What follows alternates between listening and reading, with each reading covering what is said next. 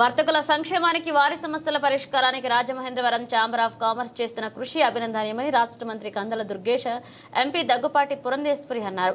ఆదివారం సాయంత్రం మెయిన్ రోడ్లో జరిగిన ఛాంబర్ ఆఫ్ కామర్స్ నూతన భవన ప్రారంభోత్సవం వజ్రోత్సవ వేడుకల్లో ముఖ్య అతిథిగా పాల్గొని మాట్లాడారు.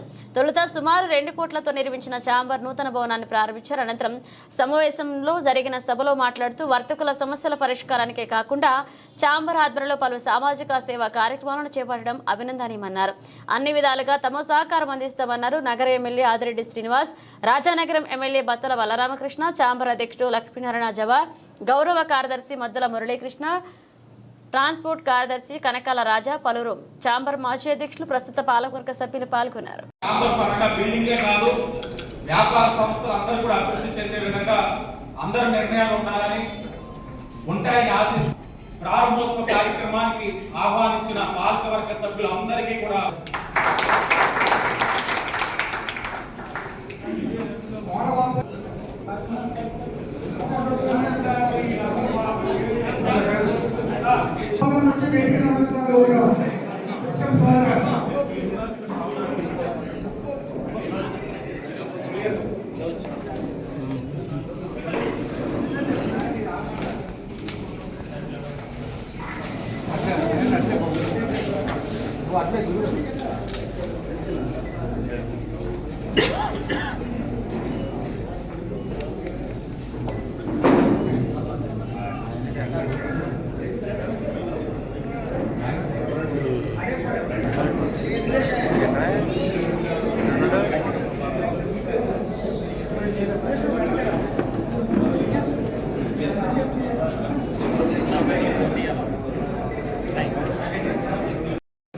ఈ సమావేశానికి ఇచ్చేసిన వర్తకులందరికీ కూడా ముందుగా ఇంత గొప్ప పురోగతిని అభినందిస్తూ ఒక 2 నిమిషాలు వివరిస్తాను. అన్ని రాజకీయ పార్టీలకి ప్రాతినిధ్యం ఇక్కడ ఉంది. అండదండలుగా కానీ ఒంటులుగా కానీ రాజమండ్రి ఛాంబర్ వ్యవహరించి ఇక్కడికి వచ్చేటప్పటికి రాజకీయాల్లో ఇన్కమ్ ట్యాక్స్ కనీసం 5-6 కోట్లు 5-6 కోట్ల మధ్యలో కూడా కట్టడం, చాలా వ్యాపారంలో చాలా ఇబ్బందులు పడడం, గత 5 నాశనమైపోయిన పరిస్థితి చూసాం.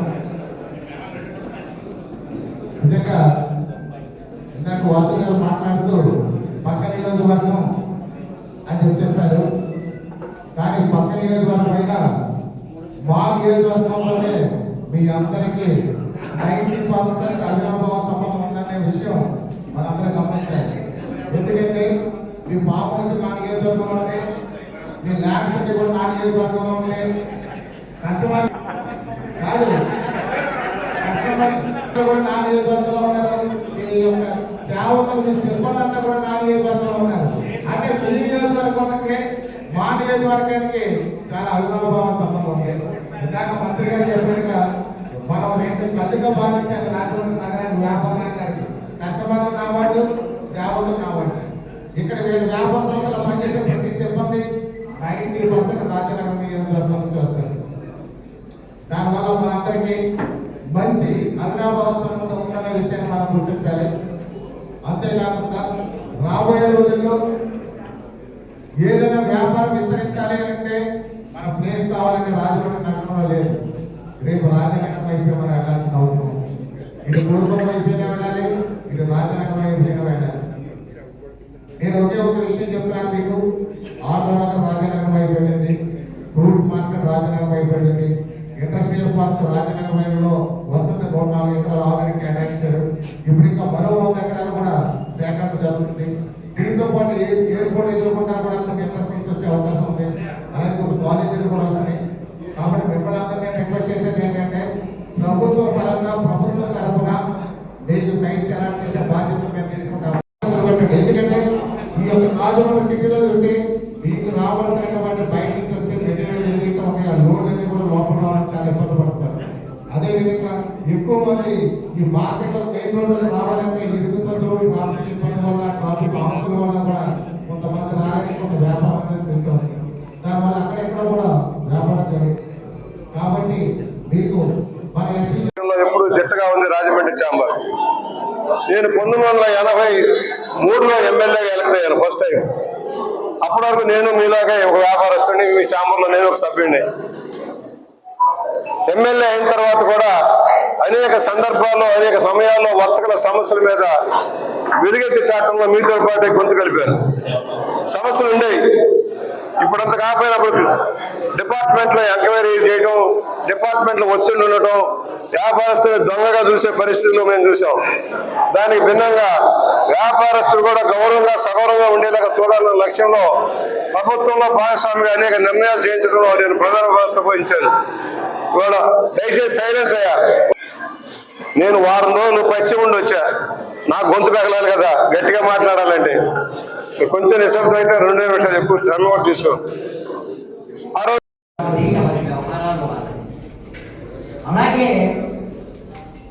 చట్టబద్ధంగా ఎన్నికైనటువంటి ప్రభుత్వాన్ని, చట్టబద్ధంగా ఎన్నికైనటువంటి పౌరులు ఎన్నుకున్నటువంటి ప్రజాప్రతినిధుల్ని ప్రజాస్వామ్యవాదులుగా రాజమండ్రి ఛాంబర్ ఆఫ్ కామర్స్ ఎప్పుడూ వాళ్ళ అండదండలతో వాళ్ళకి సహకరిస్తూనే వ్యవహరిస్తారు. అలాగే వర్తకులకు ఇబ్బంది కలిగినప్పుడు ప్రభుత్వం ఏదైనా సరే ఇది తప్పు మీరు చేస్తున్నారు అని చెప్పి నిర్మోహమాటంగా ఉద్యమాలు నిర్వహించిన చరిత్ర ఆంధ్రప్రదేశ్లో రాజమండ్రి ఛాంబర్. మీకు ఒక సంఘటన చెప్తాను. సాధారణంగా ప్రభుత్వంలో ఉండేటటువంటి వాళ్ళకి తమకు ప్రభుత్వం పాపులర్ ప్రభుత్వం కావాలని, విపరీతంగా నిధులు కావాలి, ప్రజల్లో మన్ననలు పొందాలి,